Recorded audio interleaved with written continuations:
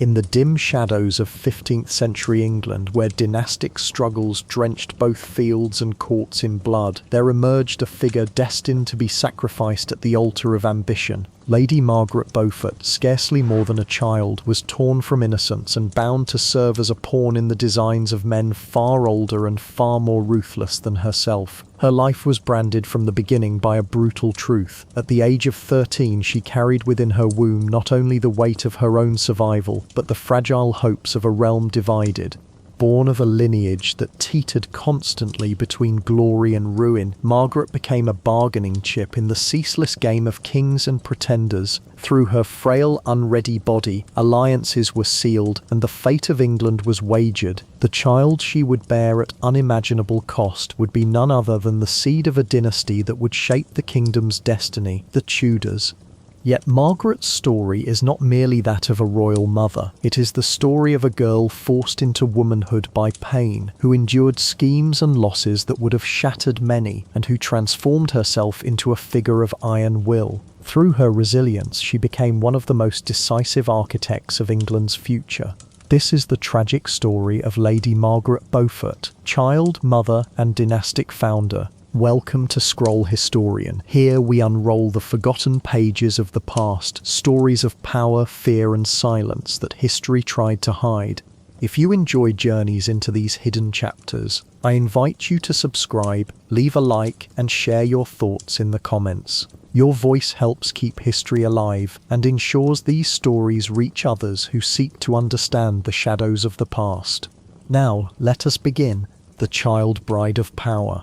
Lady Margaret Beaufort was born in 1443 into a world already poisoned by suspicion, rivalry, and political manoeuvring. Her bloodline was at once her greatest asset and her gravest danger. She was a descendant of John of Gaunt, son of Edward III, through his legitimised Beaufort line. Though the Beauforts had been barred from inheriting the throne directly, their proximity to royal blood made Margaret a figure of immense political value. She was not a girl in the eyes of her world. She was a vessel of potential claims, a fragile thread that ambitious men sought to weave into their designs.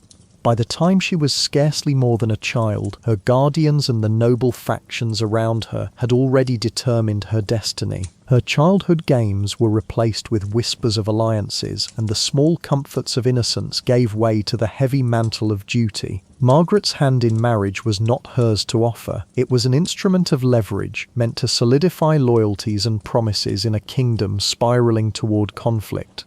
Her first betrothal to John de la Pole reflected this reality, an arrangement made not for affection but for strategic balance. Yet her future would soon be pulled into the hands of those who saw in her the chance to secure the turbulent succession crisis looming over England. The Wars of the Roses, still in their infancy, were already casting their shadow across her life. It was with Edmund Tudor, half-brother of the king, that Margaret's fate was sealed. Barely a teenager, she was wedded to a man twice her age, a soldier and statesman who viewed her not as a child but as a dynastic necessity. At 13, Margaret entered into a union that stripped away the remnants of her youth and thrust her into a role for which she was neither ready nor willing.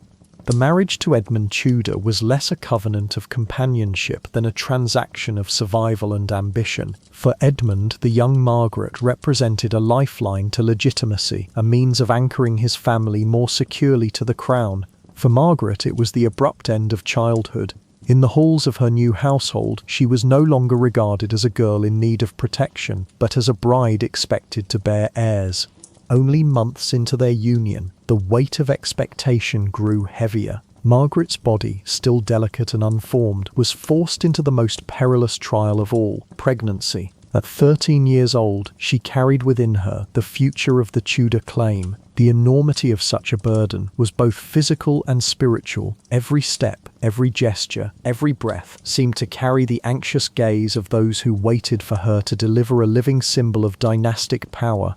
But fate was merciless. Edmund Tudor fell victim to disease while Margaret was still carrying his child.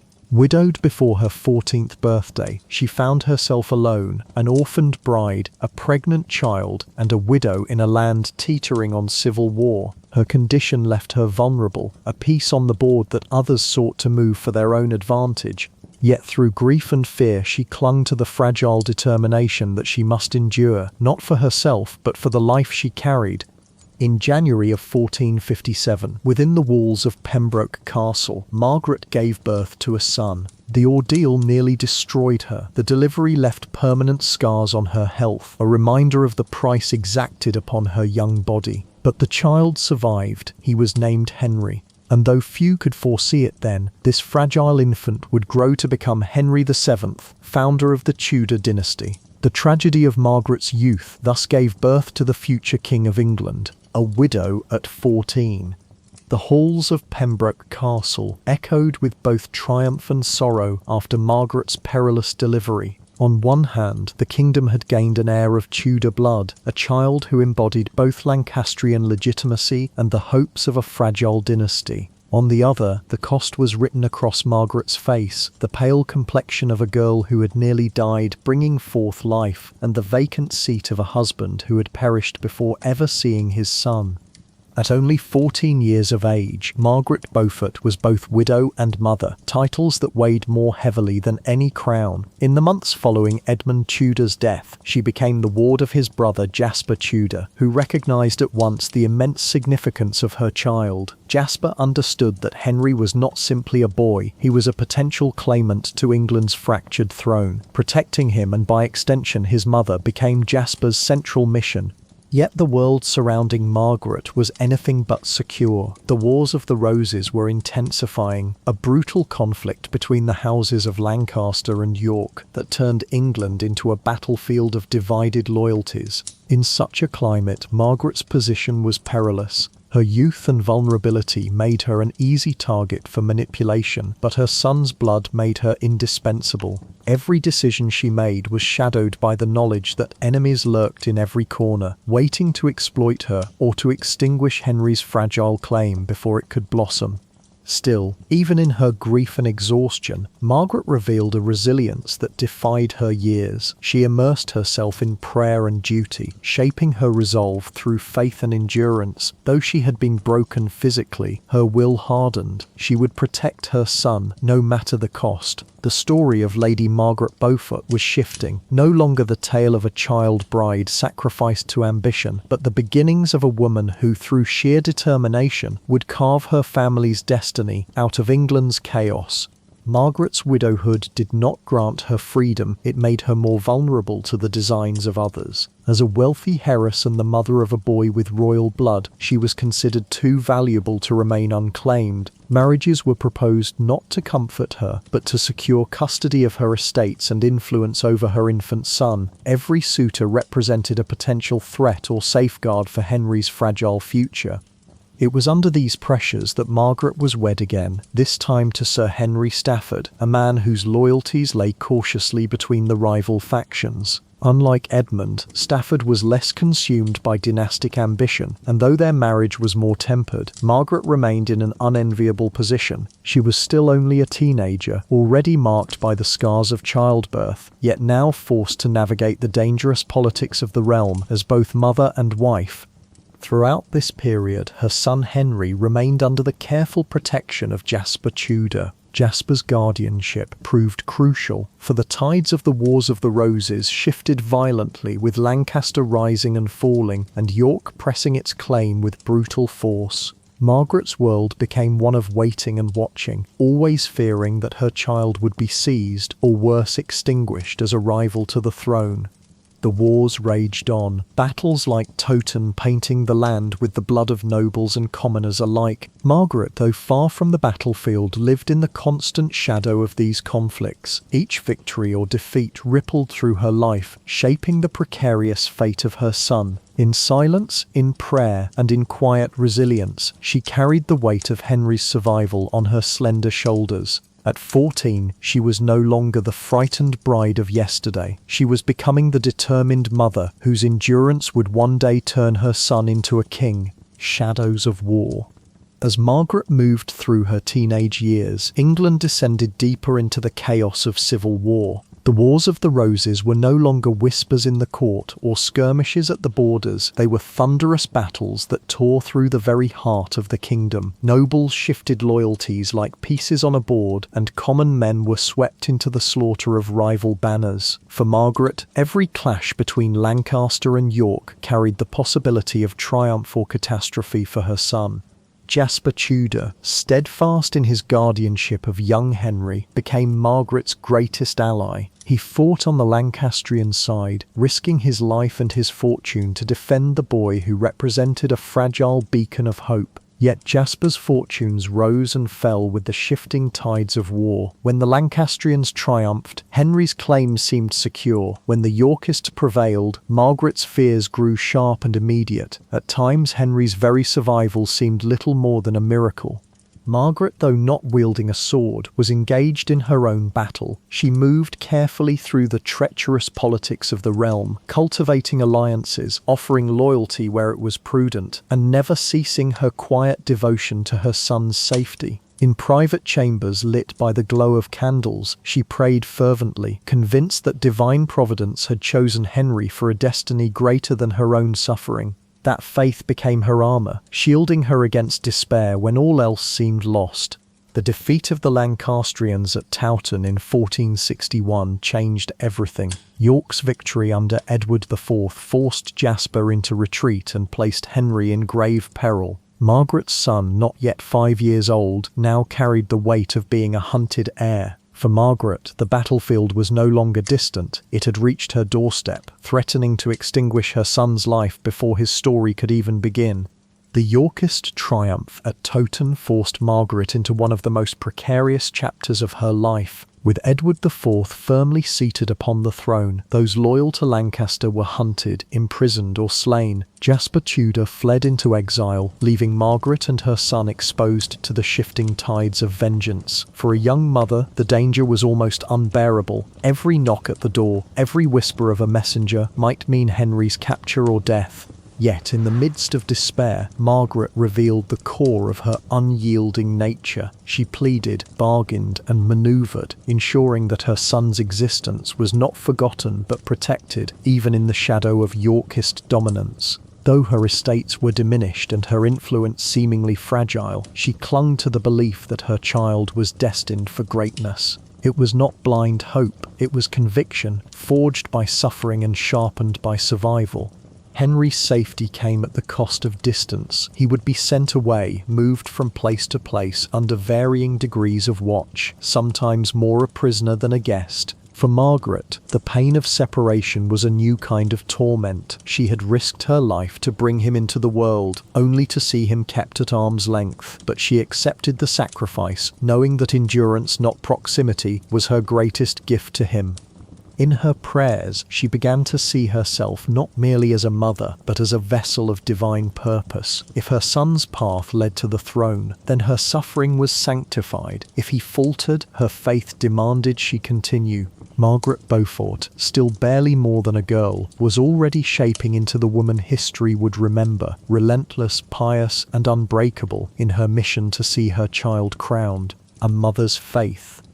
By the mid-1460s, Lady Margaret Beaufort had learned to live with uncertainty as her constant companion. The Wars of the Roses had torn apart England's nobility, leaving shifting alliances and shattered loyalties in their wake. Margaret's son Henry was no longer simply a child in her eyes. He was a living claim, a future that others might either exalt or destroy. His very existence made him both precious and perilous.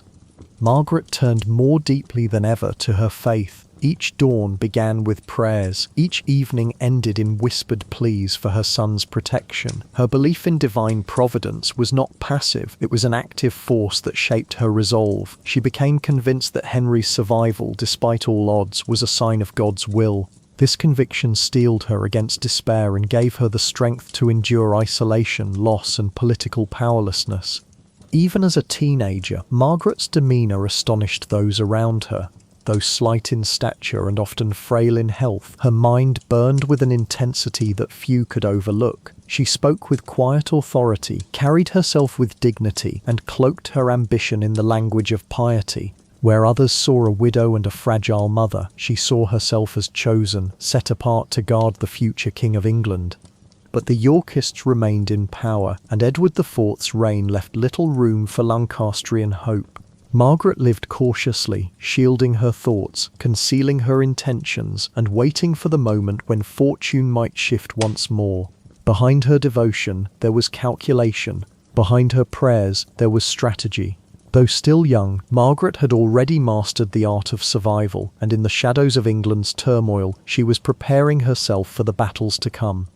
Though Margaret lived under Yorkist rule, she never allowed herself to forget her son's destiny. Every decision she made was weighed against the question of Henry's future. Her second husband, Sir Henry Stafford, provided a measure of stability, his moderate loyalties protecting her from accusations of treason. Yet Margaret knew such stability was fragile. To survive in Edward IV's England, she had to bend without breaking, showing outward compliance while guarding her true allegiance within.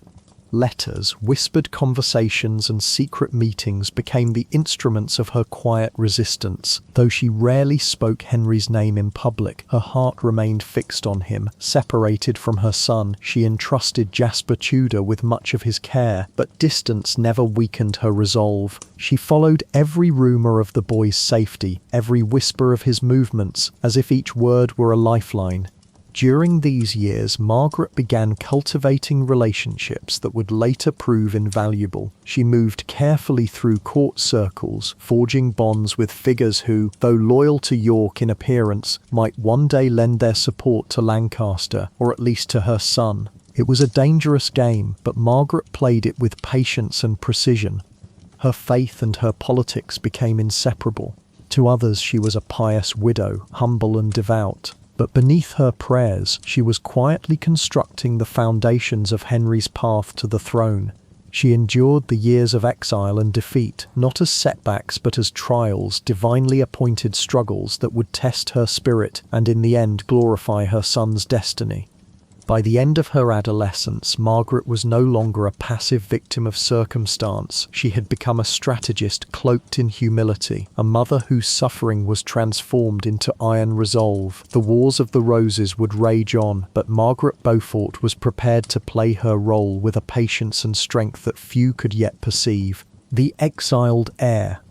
As the 1470s unfolded, Henry Tudor's life became a journey of displacement and exile. For Margaret, each passing year deepened the anguish of separation. She had endured the peril of childbirth, the loss of her first husband, and the uncertainty of war, only to find herself unable to hold her son, to watch him grow, or to guide him in his youth. Instead, Henry was shuttled between strongholds and eventually carried across the Channel to Brittany, far from his mother's reach. The boy she had nearly died to bring into the world was now more a name in letters than a presence in her arms. For Margaret, this absence was a wound that never healed, yet her faith transformed even this pain into a sign of divine preparation. Henry was being preserved, shaped by exile, waiting for the appointed moment to claim what was rightfully his. England itself remained in turmoil. The brief restoration of Henry VI in 1470 offered Margaret a flicker of hope, but his swift fall and death extinguished it just as quickly. The Yorkist crown grew stronger, and Edward IV seemed unshakable upon his throne. Many Lancastrian hopes withered in despair, but Margaret refused to surrender to hopelessness. Where others saw defeat, she saw a test. Where others bent their knees, she remained quietly steadfast. In her prayers, Margaret envisioned Henry not as the fragile boy hidden in a foreign court, but as the future king who would heal the torn realm. Each day she lived for that vision, strengthening her will, preparing her mind, and waiting for the moment when Providence would turn the tide. Though the seas separated her from her son, her spirit remained bound to him, carrying the weight of England's future in silence and in faith. Henry's exile in Brittany brought both peril and opportunity. To the Yorkists, he was a dangerous symbol, a living reminder that the Lancastrian line had not been extinguished. To Margaret, however, exile was safety cloaked in distance. Though it tore at her heart, she knew that as long as Henry remained beyond Edward IV's grasp, his claim to the throne still breathed. Margaret's role shifted into that of silent architect. She could not fight on the battlefield, nor sail across the sea to embrace her son, but she could weave threads of influence within England. With patience and discretion, she positioned herself as a loyal servant to the Yorkist crown, carefully hiding the ember of her true allegiance. Each courtesy she offered, each outward act of obedience, was calculated, concealing her unwavering determination to see Henry restored as England's rightful ruler. Her marriage to Thomas Stanley, her third and most strategic union, strengthened her political shield. The Stanleys were cautious power brokers, adept at balancing loyalties between Lancaster and York. By aligning herself with them, Margaret ensured her survival and safeguarded her son's name from outright obliteration. It was a union born not of affection, but of necessity, a bond that gave her room to maneuver in a world still hostile to her cause.